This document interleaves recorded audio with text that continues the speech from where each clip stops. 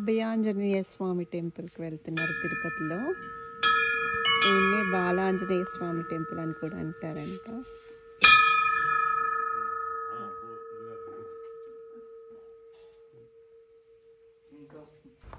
తిరుపతిలో ఫారెస్ట్ మధ్యలో ప్రశాంతంగా ఉండే ఈ చిన్న టెంపుల్ గురించి పూజారి గారిని అడిగి తెలుసుకుందామా?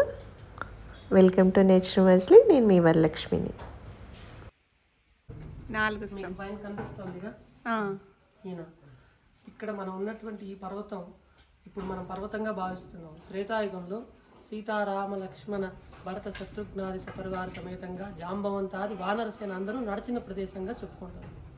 మరి రామో విగ్రహవాన్ ధర్మ అంటాం. అంటే ధర్మానికి ప్రతిరూపం రాముడు గారి యొక్క విగ్రహం. విగ్రహము అంటే ఆకృతి కనిపించేటువంటి, ఆయన ధర్మానికి ప్రతిరూపం. అటువంటి రామచంద్రుల వారు సతీ సమేతంగా వానరసేనత అందరూ కడిచిన ప్రదేశం కాబట్టి మనం ధర్మగిరిగా పిలుచుకుంటున్నాం. మరి అలా పిలుచుకుంటూ ఇక్కడ ఆంజనేయ స్వామి ఎక్కడంతా ఆయన పాదం మోపి నడుచుంటారో అక్కడల్లా స్వయంభూ. ఎందుకంటే ఆయన చిరంజీవి కాబట్టి. మరి ఇక్కడ కూడా ఆయన చిరంజీవిగా ఉంటూ ఇక్కడ ఆ శిలామూర్తిగా స్వయంభూగా ఉన్నారు. ఇది నామాల చెట్టు అంటారు. ఒకప్పుడు ఏమి ఉండేది కాదు, జస్ట్ ఓన్లీ 4 స్తంభాలు శిలామూర్తిగా ఉండేవాళ్ళు. ఇక్కడ ఉన్నటువంటి వాళ్ళే దగ్గరలో పూజా పునస్కారం చేసుకుంటూ ఉన్నారు, ఎవరు ఉండేవాళ్ళు. ఆ టైంలో నామాల చెట్టు చూసారా, ఆ చెట్టు సంపంగి చెట్టు. ఇప్పుడు కూడా ఆకులు రాలింటాయి. సైడ్ ఎక్కడో చోట ఆకులు రాలింటాయి, పూలు రాలింటాయి. సో స్వామివారికి నీళ్ళతో అభిషేకము, ఈ పూలతో అర్చన అయిపోయినట్ట. తర్వాత ఆ పక్కన పనస చెట్టు.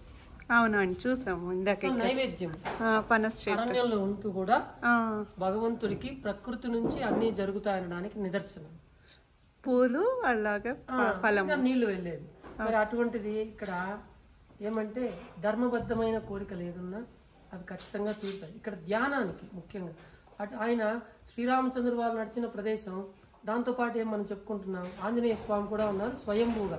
కోరిన కోరికలు తీరుస్తారు, ఆ కోరిక ధర్మబద్ధమైనదిగా ఉండాలి.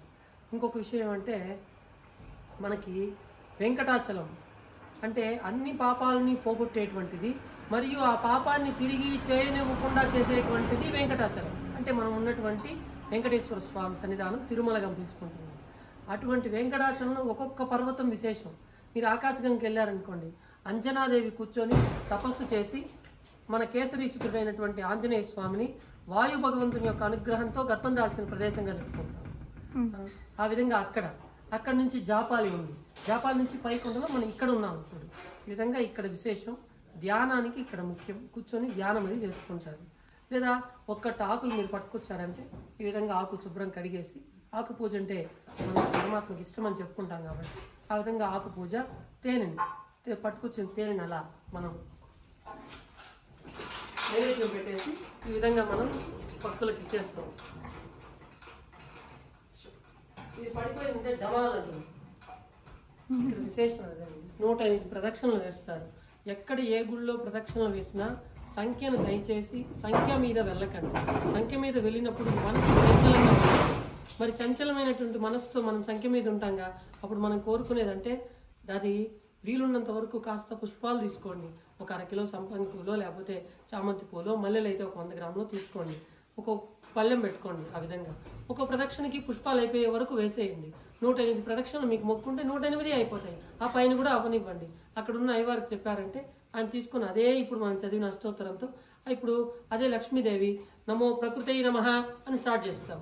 ఆయనకు ఆంజనేయ స్వామికి ఆంజనేయాయ నమః అని మొదలు పెడతాం. అలా అష్టోత్తరంతో పూజలు చేయించుకోవడం ద్వారా ఈ సంస్కృత భాషలో ఉండేటువంటి పదాలని పలకడం ద్వారా, మనకు ఆ పదాలు వినడం ద్వారా మనకి చెప్పుకున్నాగా ఆ 72,000 నాడులు ఉత్తేజమయ్యి మనకి నేను చెయ్యగలను, నేనే చేయగలను, ఈ పని నాదే, నేను మాత్రమే చెయ్యాలి అనేటువంటి బాధ్యత ఏర్పడుతుంది. తద్వారా మనం ఏ పనైనా చేస్తాం. ఈ పని చెయ్యను అని ఎవ్వరూ అనరు. అందుకే భగవంత్ సంకల్పం మనకి ఎప్పుడు ఒక నియమం అంటే ఇది నియమంగా పెట్టుకోవాలి. నామజపం ఉదయం లేవంగానే ఎటువంటి నియమం అవసరం లేదు, స్నానం అవసరం లేదు, ఏమి గోవిందా అని నిద్ర లేడు. పరమాత్మ నాకు తాత్కాలిక లైన్ ఇచ్చావా, ఈరోజు మళ్ళీ నాకు నిద్ర నన్ను లేపావా అని మొదలుపెట్టి ప్రతిరోజు అదే మనల్ని రాను రాను రాను రాను మనలో కాస్త వైవిధ్యం, కాస్త ప్రమోషన్ అనమాట. ఆహా ఇదేదో బాగుందండి, నేను చేస్తున్నా, నాకు అన్ని పనులు జరుగుతోంది, ఇక మీద నేను లేవంగానే ఒకసారి గోవింద అనుకొని గంగా యమున సరస్వతి పేరు తలుచుకొని స్నానం చేసేసి దీపారాధన చేస్తాను అనిపిస్తుంది. ఆ విధంగా మనలో రాను రాను రాను రాను కాస్త మనమే తెలుసుకోవడం మొదలుపెడుతుంది. అంటే పరమాత్మ తత్వం ఈ ఆత్మ గ్రహించి ఆత్మ చెప్పినట్టు మనం నడుచుకునేటువంటి, మనస్సు చెప్పినట్టు నడుచుకునేటువంటి విజ్ఞానం మనకు పెరుగుతుంది. అంతవరకు మనం కామ క్రోధ లోభ మదవాత్సల్యాలనేటువంటి ఇంద్రియాలకి నిగ్రహానికి మనము తల వంచి దాంట్లో మనం నడుస్తూ ఉంటాం. అది ఇక్కడ విశేషం. ఇంద్రియాల గురించి మనం కాస్త ఏదో సత్సంగం. జై శ్రీరామ్. జై శ్రీరామ్. చాలా బాగా చెప్పారు పూజారి గారు. జై శ్రీరామ్. అంతా ఆయన చలవండి, వెనకాల ఆయన ఉంటే చెప్పిస్తారు. అదే తప్పకుండా మంచిదండి. మళ్ళీ రావాలని మనసారా కోరుకుంటున్నాం. ఖచ్చితంగా పునర్దర్శన ప్రాప్తి. సర్వే జనా సుఖినో భవంతు, సమస్త సన్మంగళ, సర్వేషాం రక్షణ.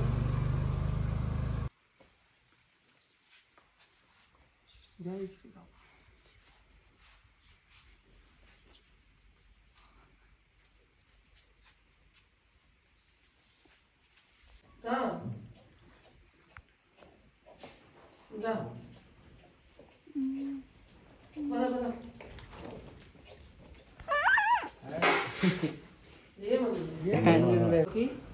మనిషి క్రూరమైన జీవి. అటువంటి మనుషులమైన మనం ఏ జీవికి బాధపడాల్సిన బాధ లేదు. అవి అవసరమైతే, దానికి ఆపద అయితే నానా రకాలుగా మన దగ్గరికి వస్తాయి తప్ప మనిషి ఒక్కడే అవసరంగా అనవసరంగా అన్నిటికీ ఇంకొక ఇబ్బంది పెట్టారు. చాలా బాగా చెప్పారు స్వామి.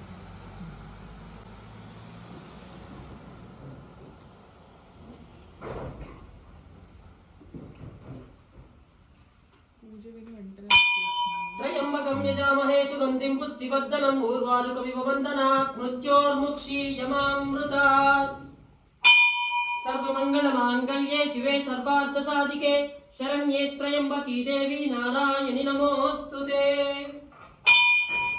నమస్తే అస్తు భగవన్ విశ్వేశ్వరాయ మహాదేవాయ త్రయంబకాయ త్రిపురాంతకాయ త్రికాగ్నికాలాయ కాలాగ్ని రుద్రాయ నీలకంఠాయ మృత్యుంజయాయ సర్వేశ్వరాయ సదాశివాయ శ్రీమన్మహాదేవాయ నమః. ఆంజనేయాయ విద్మహే వాయుపుత్రాయ ధీమహి తన్నో హనుమత్ ప్రచోదయాత్.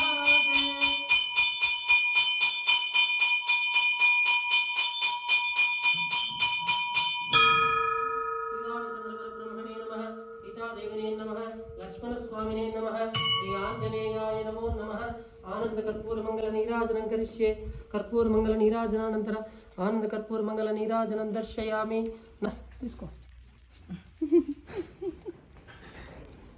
ఇదే చూడ, అది కాసుకోండి పాపం. అక్కడ వస్తుంది, దానికి ఇవ్వండి.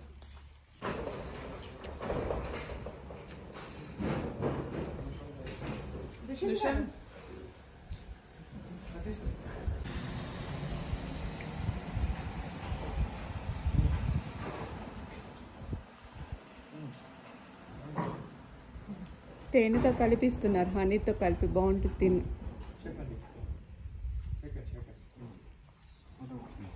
నోట్లో పెట్టేసుకో, నోట్లో పెట్టేసుకో, మొత్తం పెట్టేసుకో, మొత్తం పెట్టేసుకో, నోట్లో పెట్టేసుకో.